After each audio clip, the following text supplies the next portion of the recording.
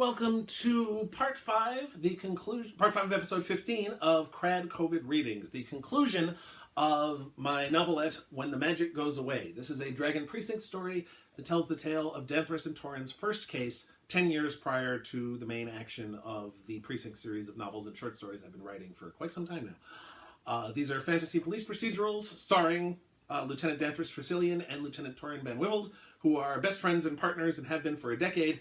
This story, which you're about to hear the conclusion of, and which is in Tales from Dragon Precinct, tells the story of how they first met and first started working together. So, without further ado, part 5 of When the Magic Goes Away. Danthres. Danthres stared at Torin van Wyvald and tried to come up with a way to get him to not join her in the interview room. After the disaster with the dwarf, she wanted to just go it alone. While she'd only been a detective for half a year, she had developed a methodology, and van Wyvald was completely spoiling it with his amateur idiocy. Newcastle had given Quain's old desk, which was behind Danthres's, to van Wyvald. He was looking over a scroll, and then turned around. "Lieutenant Tresyllione, may I make a request?" She blinked. "I suppose." "I was wondering if I might interview Mr. Doherty alone." Unable to help herself, Danthres burst out laughing. "Excuse me?" "When I was in the army, I was one of the people in charge of interrogating prisoners. Over the years, I developed a methodology, and I'm afraid that your own interrogation methods are spoiling my own, and this amuses you? You really think that interrogating suspects is the same as interrogating prisoners of war?" "Well, yes, actually. Both are inherently hostile, both are utterly uninterested in telling you anything, and both need to be tricked into revealing things they absolutely do not wish to reveal to someone who has the power of life and death over them." That brought Danthres up short, as she had no clever retort to it. From Osric's office came the captain's voice. "You'll both be interrogating Doherty." With a sidelong glance at her partner, Danthres said to Osric, "That's a mistake, Captain. I hate to admit it, but van Wyvald's right, except it should be me in there. It will be both of you, and that is final." Osric took a breath and walked over to the two of them. "I don't think you two understand the importance of your newfound partnership, so I'll explain it to you. You see, Lord Albin believes very strongly in the Guard, and he took a big risk hiring an outsider like me to run it. As a result, for the past 10 months, he has meticulously read every single scroll that has gone through this squadron to make sure I'm doing as good a job as he had hoped I would do when he hired me to replace Brisbane." Danthres had to resist the urge to spit. There were a lot of people in this world whom Danthres hated with every fiber of her being, but Brisbane had always been second from the top of that list, surpassed only by her cousin Sikund. The happiest day of her life since arriving in Cliff's End was the day Brisbane died. Osric continued. "One of the things Lord Albin has noticed is the heavy turnover rate of people whose job description includes being your partner, Tresyllione. So van Wyvald here is your last chance. If you can't make it work with him, you're finished in the Guard." Swallowing, Danthres said, "Captain, But Osric wasn't done. He turned his one-eyed gaze upon van Wyvald. "As for you, you've been granted a very special privilege, bypassing the usual promotion structure, because I firmly believe that you're the only person in all of Flingaria who can save this woman's job. And if you can't, you'll be back on the streets with her, looking for work." Nodding, van Wyvald said, "I understand." "I don't!" Danthres stood up. "I've done a damn good job of—" "You've done a decent job, Tresyllione, yes. But if you close this case, you'll be wearing magic armor. Prior to Finnert's murder, there had been no reported unnatural deaths of a wizard that weren't during a time of war. The people who solve this will be well set, believe me." Before Danthres could reply to that, a familiar voice sounded from the west wall doorway. "Excuse me!" Whirling around, Danthres saw Mike Doherty.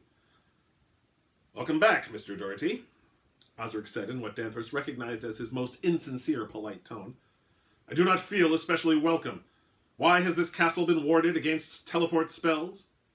"My apologies," Osric said unapologetically, "but Lord Albin purchased the wards after a wizard presumptuously teleported into his castle unannounced." Doherty scowled. "I was told you wished to speak to me about the murders. I have better things to do than waste time with the likes of you." Danthres bridled, while Ben Wyvald said, "We understand, sir, truly, but there are questions that we must pose if we are to learn who killed Court, Javy, and Finnert." "You yourself told Captain Osric," Danthres added, "that the Brotherhood wanted us to solve these murders." With a sigh, Doherty said, "Oh, very well. Pose your questions." Indicating one of the interview rooms with a hand, Ben Wyvald said, "If you'll come this way, sir, I believe it would be best if this conversation took place in private." "That, Lieutenant, is the first thing you've said with which I've completely agreed." The wizard stormed past both detectives and went into the interview room. Danthres exchanged a look with Ben Wyvald, then looked at Osric. The captain merely said, "Get it done, you two." After Danthres walked in, Ben Wyvald right behind her, she saw Doherty standing at the table. "Where exactly am I to sit in this dreadful room?" Pointing to the stool behind the table, Danthres said, "Right there, Mr. Doherty. We have a few questions, and I'm sure this will all be resolved very quickly." "I hope so," Doherty said. Doherty sat on the indicated stool. "I have a great deal of important work to be doing." "Fascinating," Ben Wyvald said. "Excuse me?" Doherty asked archly. Shaking his head, Ben Wyvald replied, "My apologies, but that's far from the first time you've indicated that there's work more important than this. And yet we've spoken with several other wizards." Doherty stood up. "You did what?" "Is there a problem?" Danthres was now leaning against the wall, and at the mage's outburst, she raised an eyebrow. "It is standard procedure for detectives to question people who knew the victim of a homicide." "You should not have questioned members of the Brotherhood without checking with me first." "Why?" Ben Wyvald asked. "They are all private citizens who are free to speak to whomever they wish. None of them seem to have an issue with discussing what they knew of Finnert, Court, and Javy. Indeed, by talking to them, we were able to determine what the three of them have, or rather had, in common. In fact, aside from Benin, they all had great reluctance to discuss anything with the two of them. Danthres hadn't realized how incredibly snotty wizards could be. She was glad that Ben Wyvald had the good sense to lie to Doherty about that. "You already know what they have in common," Doherty said dismissively as he sat back down, folding his arms over his robed chest. "They all owned shops." "Yes," Ben Wyvald said, "and they were also killed by someone who knew them all well and had access to the back rooms of their shops." Doherty cocked his head to the side. "Interesting. You suspect Jan, don't you?" A bit mockingly, Danthres matched his head gesture. "Why do you say that?" "Do not attempt your tiresome rhetorical trickery on me, Lieutenant. Jan is an obvious candidate for committing these murders, as he fits the criteria you just listed." "Yes, he does." Danthres came away from the wall. "And indeed, we did interview Jan, only to discover that he can account for his whereabouts during the times that the murders took place." Rolling his eyes, Doherty said, "I'm not surprised that you just believed him." "Oh, we didn't. But we checked. And there are about half a dozen witnesses at Suzette's on Sandy Brook Way." Smiling, Ben Wyvald added, "Quite helpful, was Suzette." "He could have paid those concubines off," Doherty said, pointing a finger at Danthres. "He owns the shops now, so he'd be motivated to spend the money." "Unfortunately, that doesn't quite work," Danthres said, "because Jan had no such motivation to commit Javy's murder. And he has an even better alibi for that one, as he was in our holding cell when it happened." Taking a seat in one of the stools opposite Doherty, Ben Wyvald leaned on the table with both elbows. "Besides, we actually were not done enumerating the commonalities among the victims. For example, they were the only 3 shops in all of Cliff's End that sold bags of holding. A very popular item," Danthres put in, "especially for people who shop down Jordan's way. Much easier to carry multiple items from many stands home if you can put it all in a single container." "I'm sure they also all sold the same type of love potion." Doherty stood up. "Lieutenants, you are wasting my time, which is far too precious to be wasted on the likes of you. If there is nothing else..." Standing up to face him, Ben Wyvald said, "There's just a few more items, sir, please, if you'd sit down." Declining the invitation to sit, Doherty instead started to pace. "You said you had questions to ask me. Thus far, your only questions have directly related to things I've said, rather than the solving of these murders." "Fine, here's one. Why didn't you tell us about the most important commonality the 3 victims had?" Derisively, Doherty said, "You already knew they all owned shops." "I meant that they all apprenticed under you." Stopping in mid-pace, Doherty whirled upon Danthres with outrage. How did you know that? The bond between apprentice and teacher is sacred. Such as you should never be privy to such private information. Well, you may wish to speak to your fellow wizards about that, Ben Wyvald said. The information was provided to us without hesitation. By whom? Before Ben Wyvald could respond, Danthres quickly said, We ask the questions in this room, Mr. Doherty, and right now I would ask you to sit down. Doherty put his hands on his hips. I demand to know who provided this intelligence to you. It is a dire breach of protocol. Stepping between Doherty and Danthres, Ben Wyvald said, Policing the Brotherhood of Wizards is outside our purview. Our goal is to discover who killed 3 of your fellows. You don't understand. Talking over Ben Wyvald's shoulder, Danthres said, No, you don't understand. Put your house in order on your own time. You're in ours now, and we're not done talking to you. Please sit down, Mr. Doherty. Ben Wyvald said quietly, but firmly. With a snarl, Doherty sat down. This is ridiculous. Danthres and Ben Wyvald both sat down opposite Doherty. The latter said, You do not deny that all 3 victims were your apprentices? Bear in mind that lying to us is an offense within this city-state. Somehow Danthres managed not to snort. Nobody who sat on that stool ever worried about that. But then that was usually because they were arrogant enough to think that they wouldn't get caught. In 6 months, Danthres hadn't seen anyone sit on that stool who was anywhere near as arrogant as this mage. Yes, I trained all of them. What of it? I've lived for 2 centuries, Lieutenant, and I've trained many wizards. And you worked with all 3 of them on creating a bag of holding, Danthres said. Quite a difficult endeavor, we've been told, Ben Wyvald added. You never managed it with any of them. Not for lack of trying, certainly. No, and yet they managed it without you. Doherty cried, They did no such thing! It was my research that led to the creation of the bags. Mine! They had no right to cut me out of the profits. You think any of those 3 idiots would have even come close to the right spell without my guidance? And were they grateful? So that's why you killed them, Ben Wyvald asked. Danthres winced as asking the direct question always made people stop talking. But Doherty, still screaming, replied, Yes! They deserve to die for betraying me like that. I showed them love and affection far more than any wizard would have. And this is how they thank me? Quickly, Danthres stood up. She said formally, In the name of Lord Albin and Lady Mirka, I hereby place you, Mike Doherty, under arrest for the murders of Finnert, Tam Court, and J.V. Marta. Other charges to be added as necessary. Doherty scoffed. I do not recognize your authority to arrest me mortals. With that, he gestured. A moment later, tendrils of energy surrounded all 4 of his limbs, pulling him outward and upward, so that he floated several hands' lengths above the floor. His arms and legs splayed. His eyes blazing, spit flying from his mouth, Doherty cried out, What is the meaning of this? I will not be restrained in this manner! Smiling, Ben Wyvald said, We did warn you that the castle was warded, did we not? The door to the interview room opened, and Osric stepped inside, along with Sir Gevlin, Bonine, and another one of the wizards they'd spoken to, Lord Ithran. Doherty stared right at Bonine. I should have known. You've never understood the bond between apprentice and teacher, Bonine.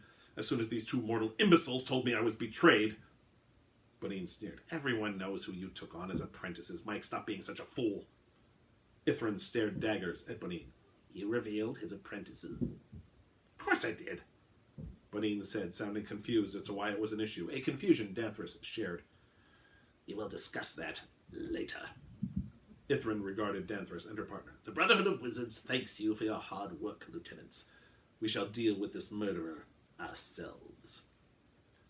Sir Gevlin stepped forward, holding up a rune. I'm afraid not.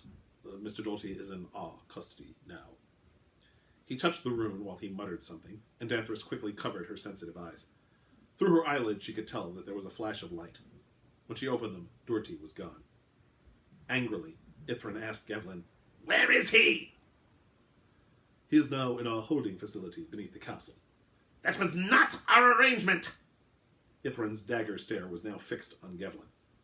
The noble was taken aback. I'm sorry, my lord, but I'm afraid I am performing my duties as instructed by Lord Albin and Lady Mirka. I'm afraid you must register any objection with them. Oh, I shall. Rest assured. With that, he stormed out. Biting his lower lip, Gevlin muttered, I'd best go with him. and ran after the mage. Danthres noticed that Ben Wyvald was shaking his head. "What is it?" he asked. "It's just sad, is all. You could tell he really cared about those three. He said he gave them love and affection, and they went and created their lucrative product without him." "Love and affection?" Bunny asked. "He said that about his apprentices?" "Yes, he did," Ben Wyvald said. "Why?" "The very last things a wizard should show an apprentice are love and affection." He shuddered. "Seems the rumors were true about him." "What rumors?" Danthres asked. Never mind. I'd best follow Sir Gevlin and Lord Ithrin. Well done, lieutenants." The diminutive wizard waddled out of the interview room, leaving Danthres with her new partner and her captain. She smiled at Osric. "Magic armor?" Osric snorted. "If you're lucky. Good work, you two."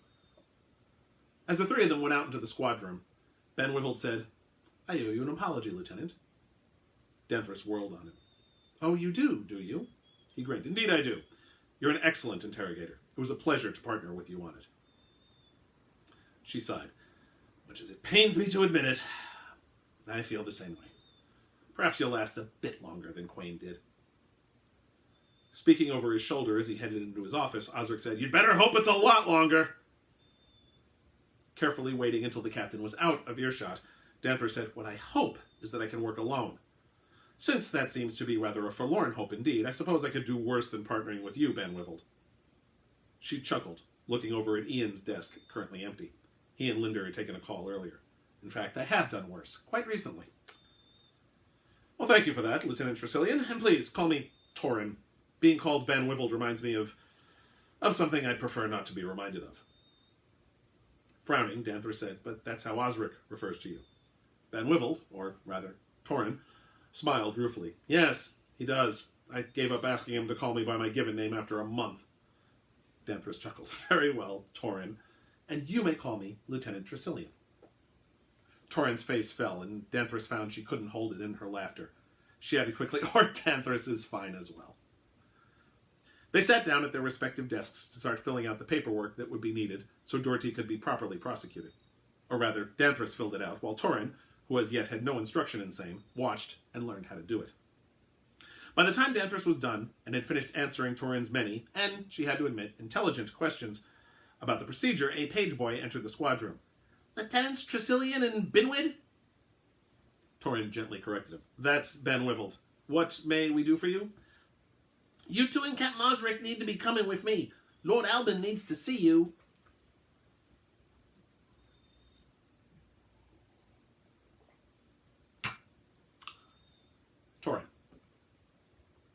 Torin found himself to be very impressed with the statuary that lined the corridors of the central area of the castle.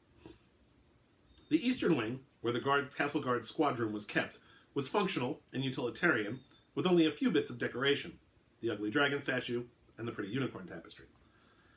The quality of the sculpture, however, improved tremendously in this section. The pieces displayed on marble stands here were more elegant than anything Torin had seen since leaving Miverin, when he'd been training to replace his father as chief artisan. That training was ended abruptly by Torin running away from Miverin as fast as he could go. He made a mental note to ask someone in the court who the sculptor was, when the opportunity presented itself.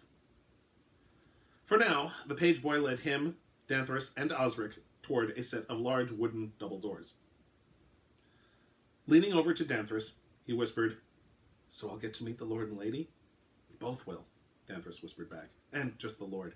Lady Mirka would only be in the meeting if it involves the treasury, from what I've been led to understand." Torin raised an eyebrow. "You haven't met them yet either?" "I've been hoping to continue not to have done so. The captain's always in a foul mood after he talks with Lord Albin." Further conversation was ended by the page boy opening the double doors to reveal an opulent room filled with comfortable furniture, including a large chair and a sofa, more statuary, as well as a lovely tapestry on one wall, and a fireplace currently inactive. Seated on the sofa were the two wizards, Benin and Lord Ithrin, the former's legs dangling above the floor. A bald man with a thick mustache and a hawk nose that rivaled Torin's own aquiline proboscis for size sat in the chair. Since the meeting was with Lord Albin, and since the bald man was the only one in the room Torin didn't recognize, he had to be the most powerful man in the domain. Next to his chair was a small sideboard, on which sat a crystal goblet about a third filled with an amber liquid. "Ah, Captain Osric. Thank you for joining us." Osric inclined his head. "Of course, my lord."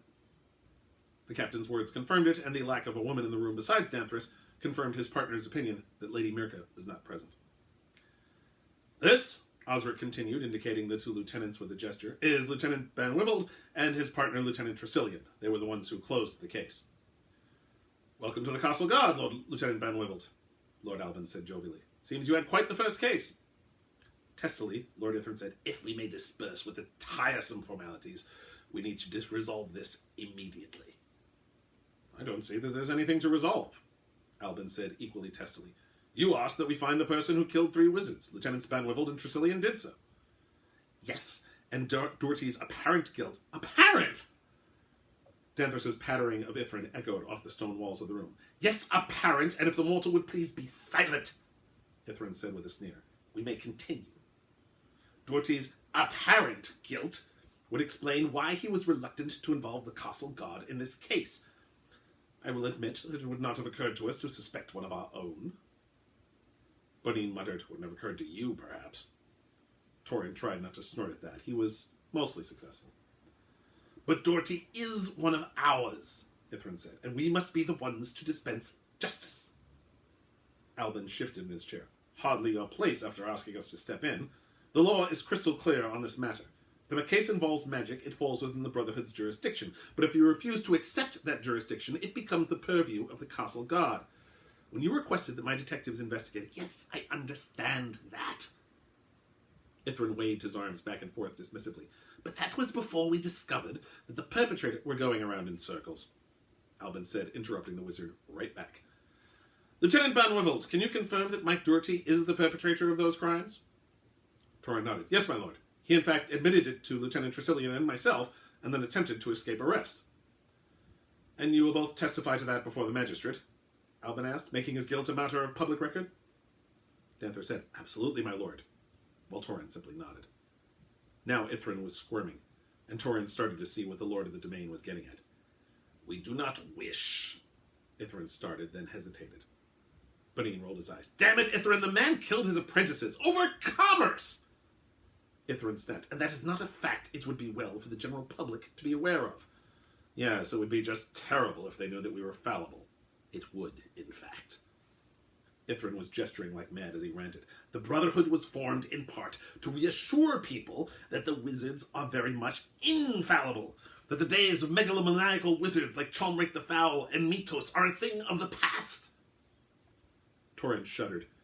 He'd never encountered any of the crazed wizards that had tried to take over Flingaria over the decades, though he'd heard quite a bit of them growing up in Miverin. Indeed, one of his father's many arguments for why he shouldn't leave the safety of Miverin was that he was far less likely to be enslaved by a mad mage if he stayed home. Albin leaned forward. "Understand something, Lord Ithran. If you do not allow us to bring Doherty to justice, if you do not allow a magistrate to pass judgment upon someone who killed 3 of Cliffsend's merchants, then we will let it be known far and wide that the Brotherhood of Wizards is a sham that hides its mendacity behind arrogance and falsehood." Torin wasn't sure that entirely made sense, but he wasn't about to correct the Lord's syntax in this setting. Or ever, truly. Besides, his words seemed to have an effect on Ithran, who looked as if he'd been asked to swallow a live snake. Danthres, for her part, looked satisfied. Torin was impressed with her zeal for justice, and he wondered where that came from exactly. Half-elves who lived past the age of 3 these days were almost always... Half-elves who lived past the age of 3 days were almost always from Sorlin, a little colony to the south that was generally considered to be peaceful and orderly. Of course, that very peace and order may have led to her striving for it outside Sorlin's borders. He made a mental note to ask her about it. "What is it you want, then, Lord Albin?"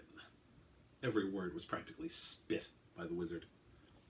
Albin leaned back in his chair and grabbed the drink off the sideboard. "If you wish to take Doherty into your custody, and if you wish the truth of his crime to be kept from the people in order to keep your precious reputation intact, we will require the cooperation of the Brotherhood." He turned to Danthres. "Lieutenant Tresyllione, your report on the murder of that poor young woman who tended bar at the Stone Kobold indicated that a mage was able to cast a spell that revealed the events of the recent past?" Danthres swallowed, looking less pleased. Yes, my lord, it was a wizard named Court. He was a witness to Gava's murder before he was killed by Doherty. For that matter, Bonin here cast the same spell as at one of the wizard murders, but it was inconclusive due to a mage being the murderer. Magic can apparently interfere with the spell, and that was one of the things that led us to Doherty as a suspect. Oh, interesting. Thank you, Lieutenant. Lord Albin turned back to Ithrin. We will keep the Brotherhood's secrets, but only if you provide the castle guard with a wizard who can serve as a sort of examiner, who will cast this peelback spell that Lieutenant Tresyllione described. Ithrin folded his arms. So it's to be extortion, is it? Simply an acknowledgement that actions have consequences, my lord.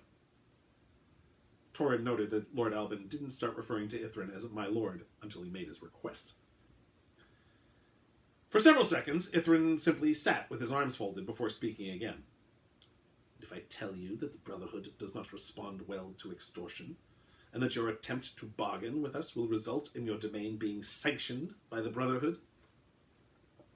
Albin took a sip of his drink before replying. That would be your prerogative.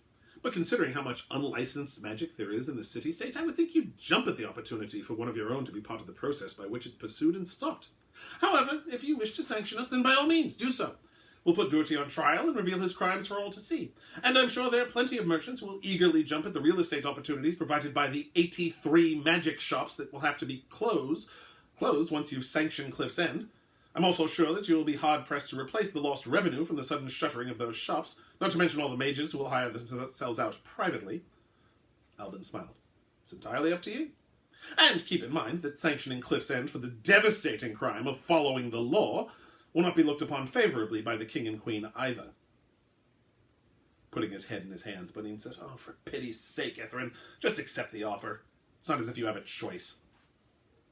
Witheringly, Ithrin said, There is always a choice, Bonin. If you had simply kept your mouth shut. He shook his head. Fine.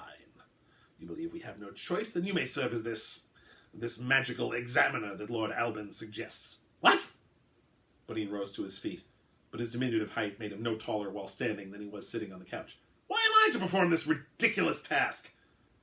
Ithrin shrugged. You know inanimate residue. You've already proven you can work with the castle guard, since you were so incredibly cooperative with them. But, gesturing, Ithrin stood up. It is done. Bonin shall be your new magical examiner. I assume you will find accommodations for him here in the castle. In exchange, I expect the wards to release Doherty into my custody. Sir Gevlin stepped forward. With my lord's permission, I will take care of that. Albin nodded, and Gevlin indicated the door.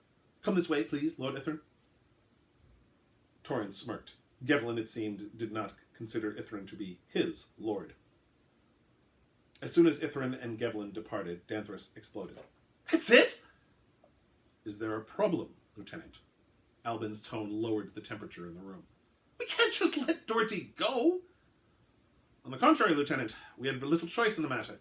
Wizards are stubborn creatures, and if we attempted to hold Doherty and subject him to our laws, the backlash would have been vicious.